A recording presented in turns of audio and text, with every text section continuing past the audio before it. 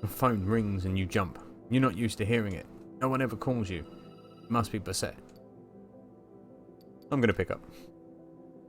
You pick up, and Beset sounds irritated. You there? Yeah. Listen, it's... Anyone got the time? Hey, guys, anyone? Oh, fuck, they're on the Neanderthals. Listen, it's early and I'm wiped out. So are you, I bet. Let's get straight to the point. What do you have for me? In a calm and methodical voice, you start giving her the evidence you collected. You start with the first suspect, their connection to the victims, the rumours, then the second suspect, and so on. A few minutes in, she lets out a whistle. Not bad at all. Seriously, you should come give a lesson to the zombies I work with. I have some good news for you. We checked the alibi of one of the suspects I gave you. As you listen to her, you turn to the board and pull down the suspect she's referring to. So it's got to be someone else. You know how lucky you are? I'm doing your job for you, pal. Okay, enough chit chat. Gotta run. I'll call you in 2-3 days, okay? Understood.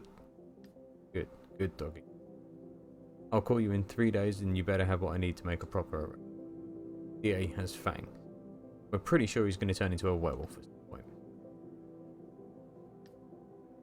That would explain his terrible breath. Okay, I'm out. You hold the handset to your ear for a while.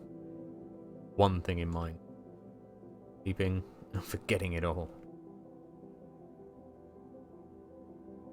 So she's out. With a heavy hand, you wipe your tired face.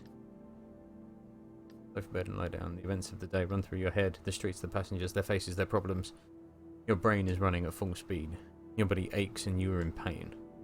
Until you need to get... Glance at the board. It's slowly filling up. You wipe your hand over your face. Like it will help sleep come. Fingers are shaking. Stress, probably. You shake your head and your mind wanders for a second and suddenly you're asleep.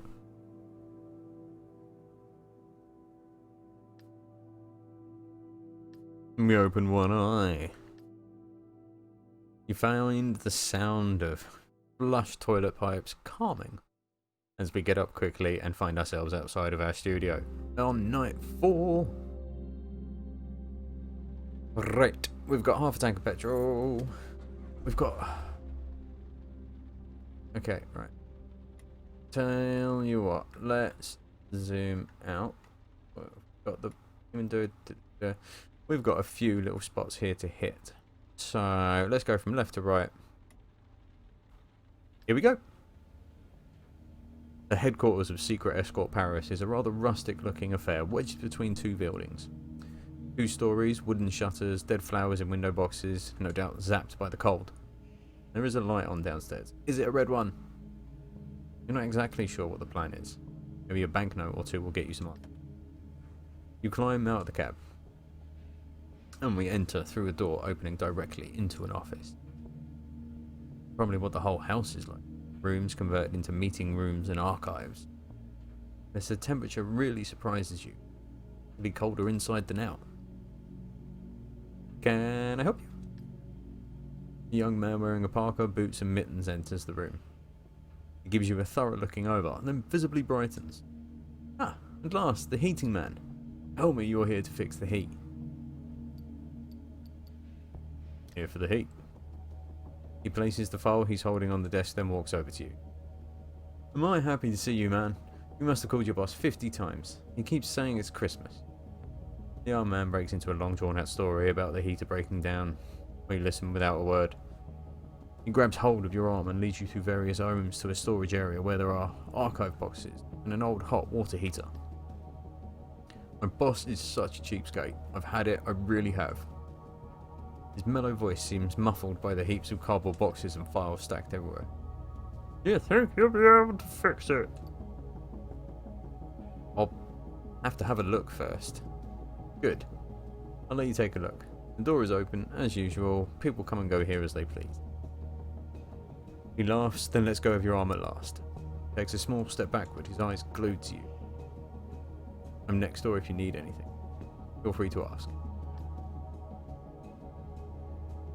You give him a nod as he exits the room and then turn your attention to the boiler. Judging by the young man's attitude, he'll probably leave you alone a while, but you don't want to overstay your welcome.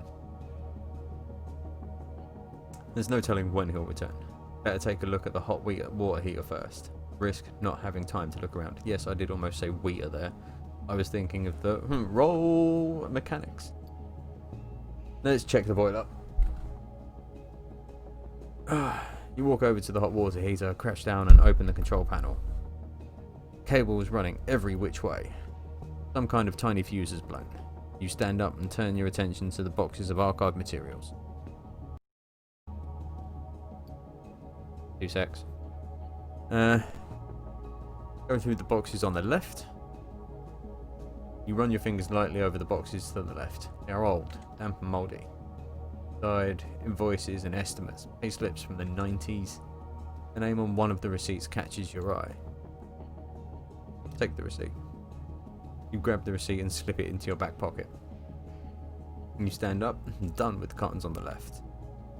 Let's go through the ones on the right. Boxes on the right are more recent. They contain brochures and catalogues. For dildos, whips, handcuffs and sex toys. Box full of the stuff. Nothing else. You stand up. The stack to the right has... let's go through the right again. You're convinced there's nothing in the box, yet you rifle through it one more time. Rubber dicks for everyone! And come up with nothing.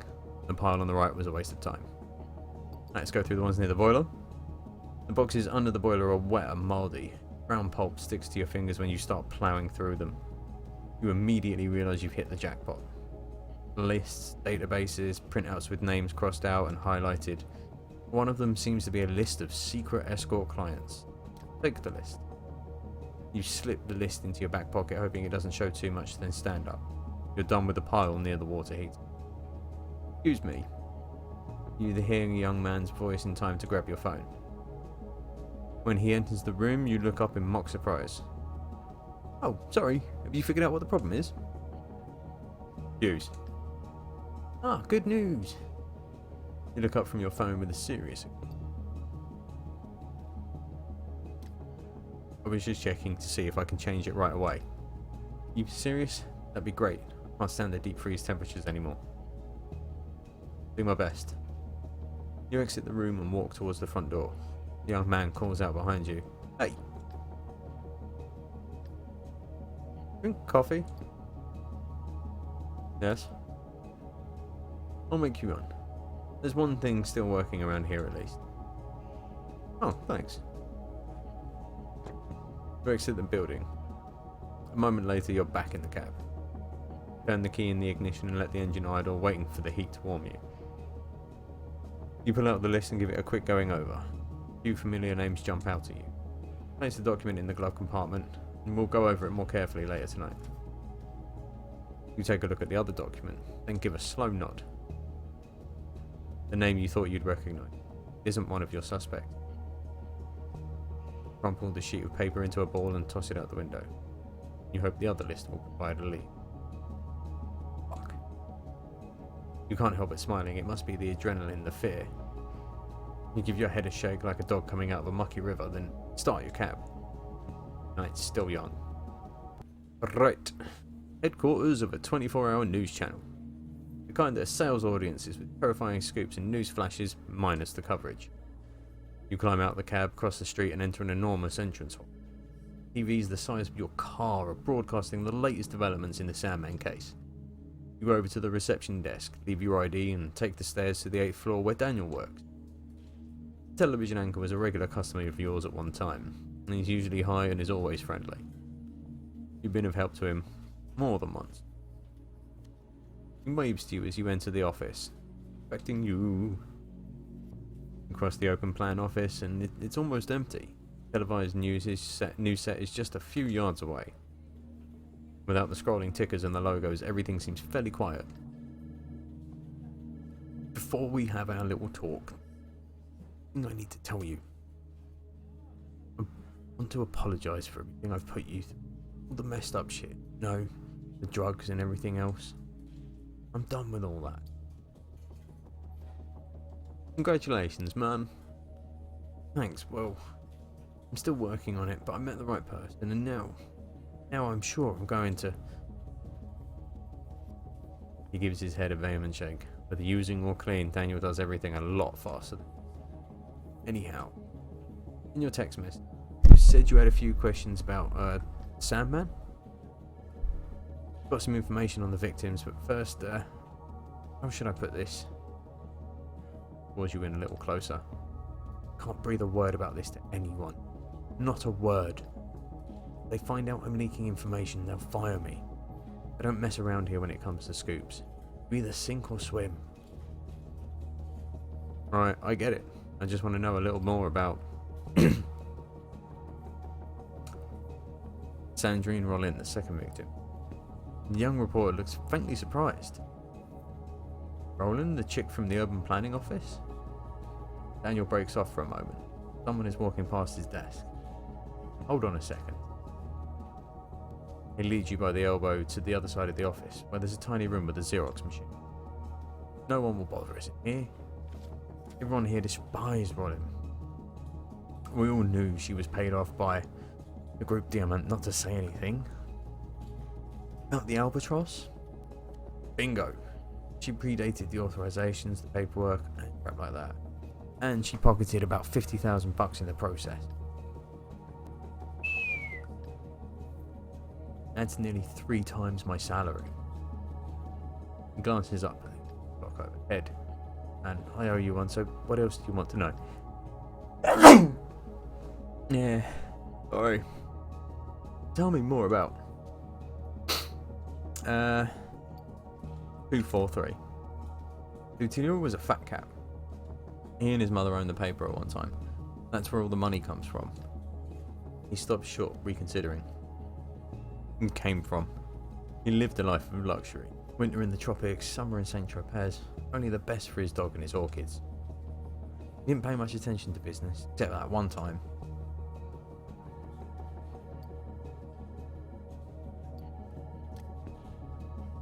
He briefly loses himself in thought, then resurfaces. Except the time... What was I saying?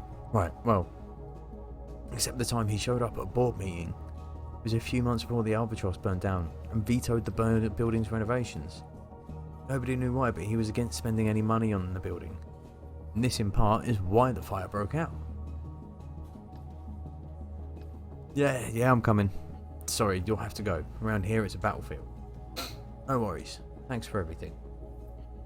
He stops, realizing that for once he's been able to help you. A smile plays across his face. It feels funny to hear you say that. You return his smile. Back in the cab, you're relieved that Daniel's addiction has been replaced by something more manageable, let's say. At least you hope it is. It seems like it. He seems to have it all together pretty well. He's doing okay. You turn the key in the ignition and drive away. A motorcycle in the distance takes off like a shot. Bang! You stall, the sickening feeling in the pit of your stomach. It was just an exhaust pipe. That's all. Nothing more. That's all. Nothing more.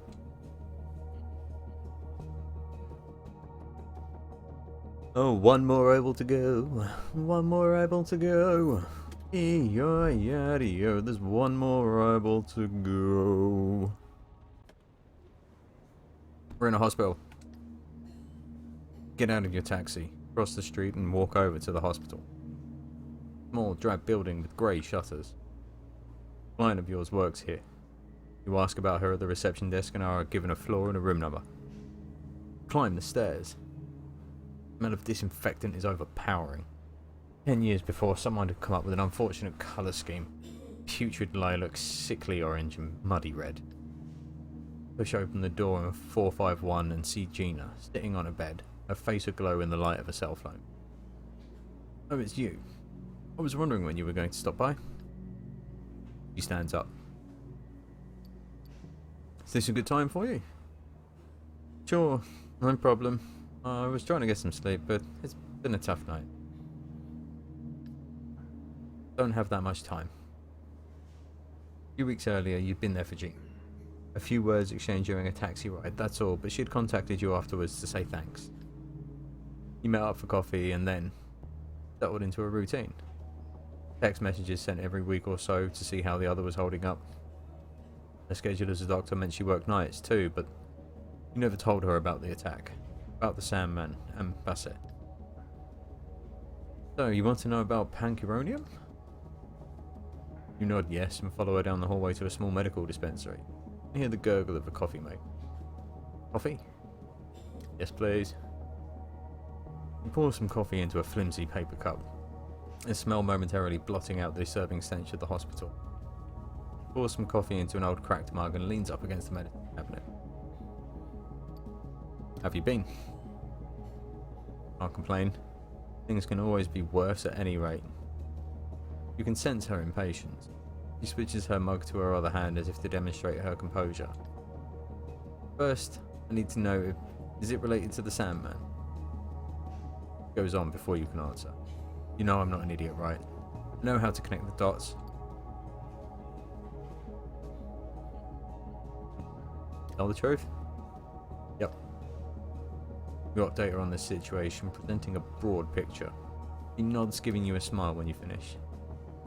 Pancuronium is a curare, a poison if you'd rather. When turned into pancuronium bromide, it's a muscle relaxant. Used to be used as a general anaesthetic. Used to be? Yes, it's a very cheap anaesthetic. Powerful. Too powerful, in fact. Surgical interventions nowadays are much faster, more local. It's still used in the United States, on death row.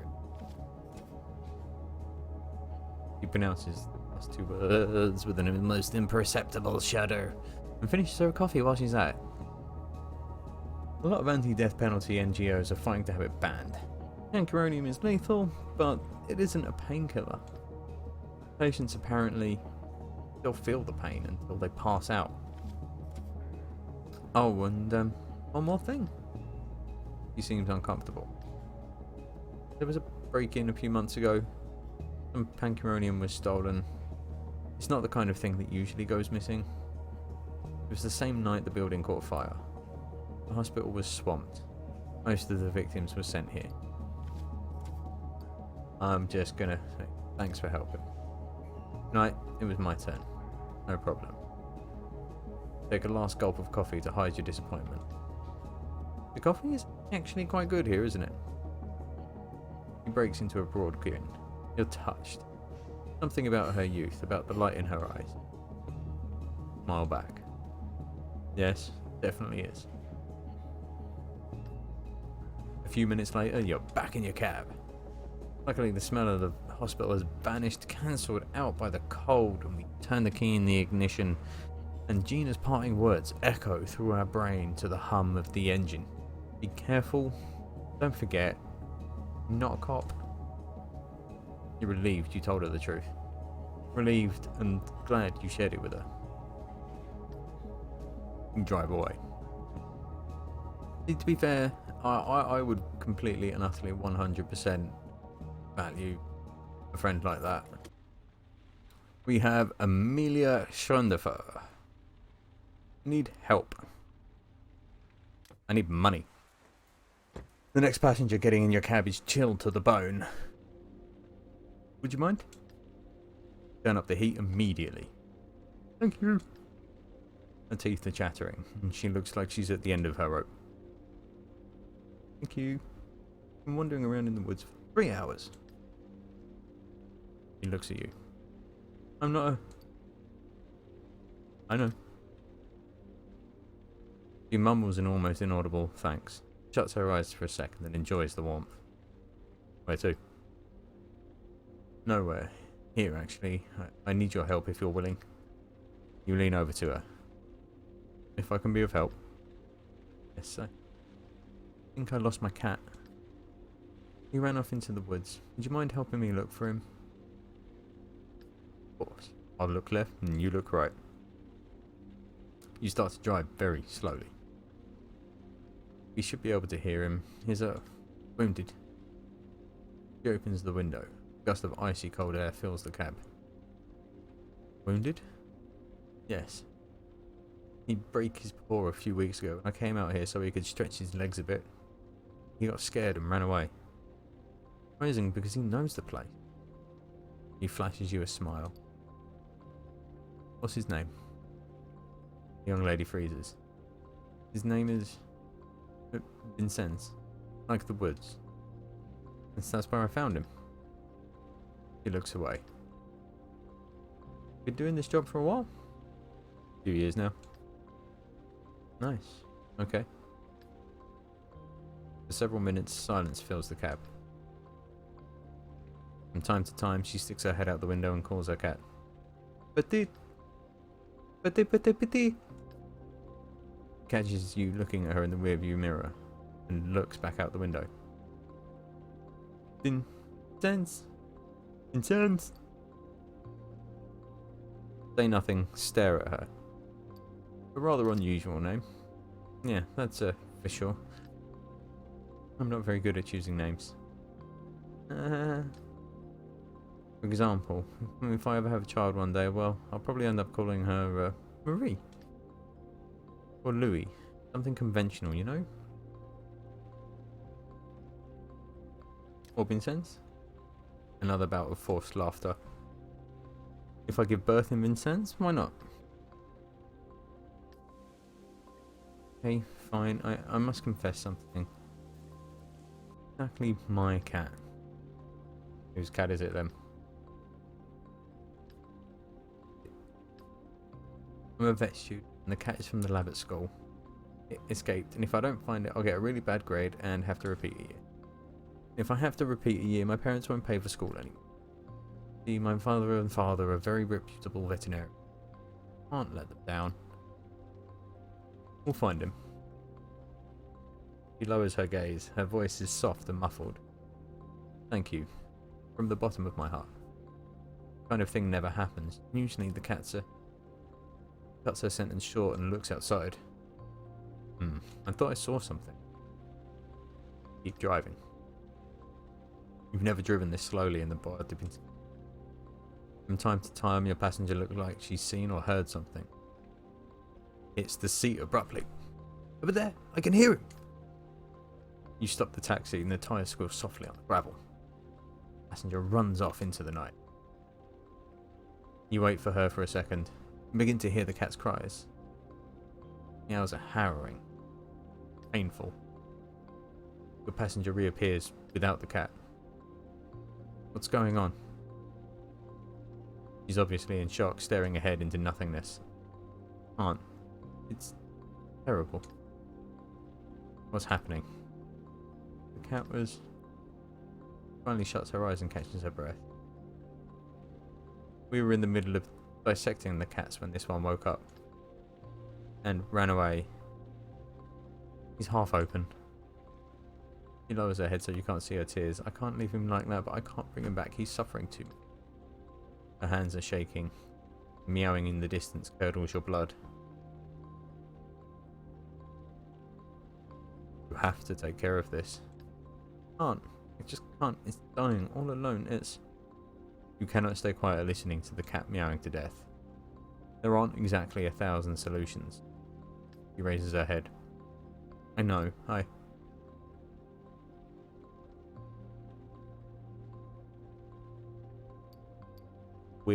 No. Oh wait, does that mean we're going? Like leaving?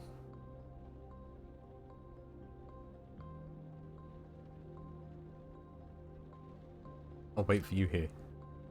She snaps harshly back into reality. I have to do this. We're not allowed to operate on live animals. I broke the rule. I'm going to do this. She gets out of the cab. The door slams. Her footsteps squeak on the gravel. Then on the grass. Even with your headlights on, you can't see anything that's happening. Cat meows one last time. Time passes and your passenger returns. He gets into the back seat. He looks petrified. Turn the key in the ignition. Start driving. She starts speaking, but her voice sounds far away. Live on Rue de la Contescape. A few minutes later, we leave the burst of it. The city goes by. You feel like it's only just been built, settled in, shaking up. In the back seat, your passenger starts to sob. I'm so sorry. No. Listen. You stare right at her. You're not far from your destination now. You want nothing more than to smoke a cigarette. Forget all. Move on. Your voice immediately betrays how tired you are.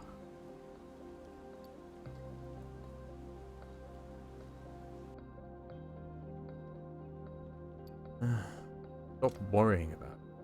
It's over now. Believe me, the quicker you put this behind you, the better it will be for everyone. Shadow in the street catches your attention. Its height, that hair. Okay, you're right.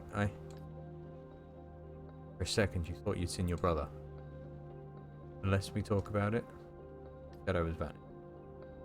Back, your passenger doesn't finish her sentence. Silence fills the cab again. Keep driving in silence, paying no attention to the movements in the back seat. When you pull up to the address she gave you, she pays her fare without another word. She opens the door and gets out of the taxi. After a few meters, she freezes. Everything okay? She almost jumps when she hears your voice and walks towards the building. 5 seconds go by, slowly, before she hurries, head bowed toward her building, and she disappears behind a large wooden door. You suppose she lives in one of the old maze chambers on the top floor. That was an interesting one. Very, very interesting. On to the next suspect. Camille Antoine. I need to go to the 14th arrondissement. Your next passenger has barely gotten in the cab when she tells you where she wants to go in a frank and determined voice. You start driving. She's glancing around the cab and taking notes. Can I help you? Your passenger doesn't reply and continues to examine your taxi. She runs her finger over the cloth of the back seat, sniffles the seatbelt, opens and closes the window over and over. Let her go on. After a few seconds, she starts talking again with a twinge of disgust in her voice. Do you think the quality of your vehicle has an influence on your numbers?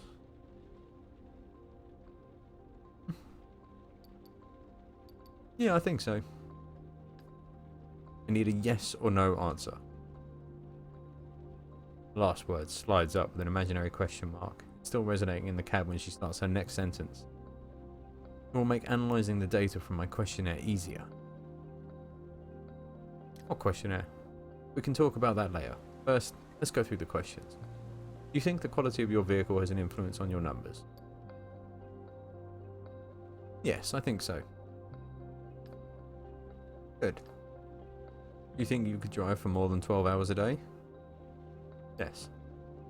It would be dangerous. He doesn't even listen to the end of the reply. What about 16 hours? 16 hours? Driving? Would you? Your brain fixates on her upspeak. Hours? Shake your head. 16 hours? Hours straight? 16 hours. Yes or no? No. He sighs softly as if she were disappointed. Would you be prepared to learn massage techniques as part of your taxi service? Massage? Answer the question.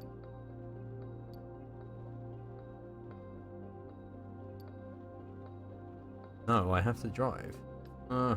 That's inconvenient. What about learning basic psychotherapy? Actually, I'll be interested in that one. Good. Ooh. This one's prickly. Voice makes your skin crawl. You dig your fingernails into the leather of your steering wheel. Would you be prepared to learn how to make coffee and mix cocktails? A yes or no answer.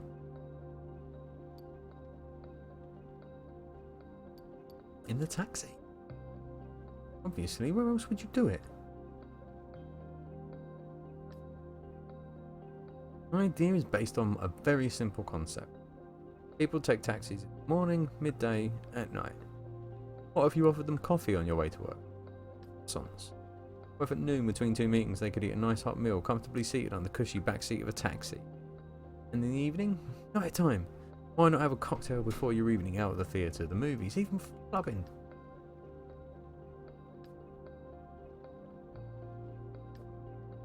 So?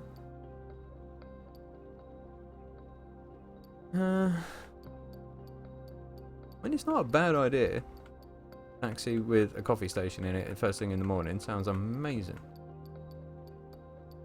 The problem is, I think it would become very unhygienic very quickly. I'm going to condemn it. That's a terrible idea. Excuse me? Well, for starters, it's dangerous to have coffee in a moving vehicle. I just don't see how I can drive and prepare all that. I've observed when a driver picks up a new passenger, they park for an average of 117 seconds. Yes, so we can write up the bill, pick up, sometimes clean up the cab, or just take a break. It's wasted time. The idea is to use those 2 wasted minutes to prepare a meal for the next passenger. The meal they'll have ordered on our app. Doesn't seem to get it. You drive? No. In Paris. Driving is exhausting. Really much more so than it seems, you know. And she looks at you and seems taken aback. Raises her hand. Wait, I didn't tell you the name I found for the concept. You're going to love it. He smiles. Mobile home. Get it? The taxi becomes a home. A mobile home. Not bad, eh? Listen, I'm sorry to break it to you like this. I mean, I'm just a simple taxi driver. I didn't go to college or anything. But I know that folks just want to go from one place to another. Some talk, some sleep, many send text. But a cab is just a cab. He stares at you. You gotta be crazy not to want to transform your life? I'm offering you a way to provide better service, make more money, bring your job into the 21st century. But starts to boil. Keep calm. We're not machines. Yet you'll soon be replaced by robots. They know where to go, how to drive. In 10 years' time, you'll all have been eradicated. So if I were in your shoes, gonna keep a lid on it, I'd be thinking about a career change. Okay, you've got to be a little savvy, a little flexible, curious, willing to leave your comfort zone. Twinkling. Remember one particular night. Blood on your hands. Your wound. Comfort zone. Park. You pull over suddenly. Get out of my taxi. He looks at you. Hey, no, wait, do you know who I am? You look her over. Expensive clothes. Stylish haircut. Subtle but clearly valuable jewellery. In your experience, she's probably from a wealthy family, likely a business student.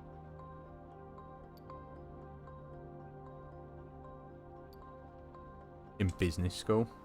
No, I'm your future, and the future of your entire profession. I'm studying your business model use.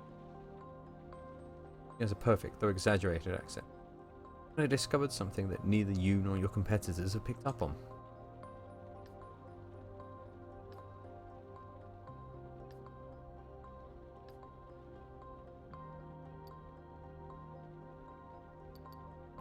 Get the fuck out of my taxi. People like you make me... You fight against progress because it shakes your pathetic little life up. Couldn't recognize innovation if it ran you over in a limousine. Good luck with your shitty ass cab. Gets out and slams the door.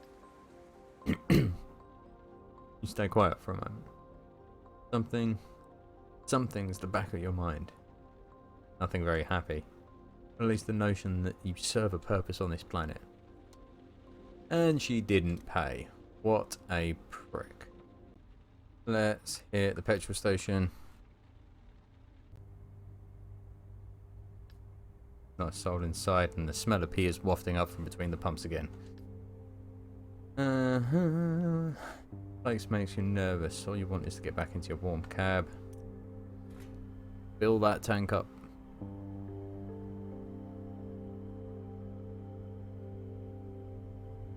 I don't care, we're spending holy crap, 85 euros. Walk into the mini mart. The guy behind the counter doesn't even look at you when he starts talking in a lazy, lifeless tone. Welcome to the Bell Pump.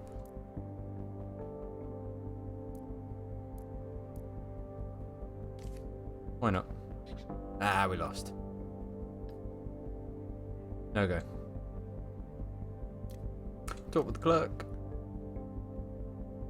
Serial killer on the front page. It's crazy, isn't it? I think they've caught him by now. Guy has something to tell us. More information. New clue available in my room. And let's buy a newspaper as well. Good night, I guess. Okie dokie. Leave the gas station. Get into your taxi and drive away. What have we got? Do we do one more fare? One more fare?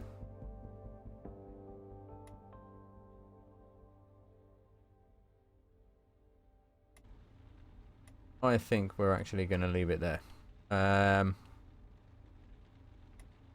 In the meantime, like, comment and subscribe over on the YouTube channel if you are wanting to see the entire night call in full. Got the playlist, got everything there. Just going to go have a quick break, and then we're going to back on some Overwatch. So, be awesome to each other, stay safe, and we'll be back in 2 minutes.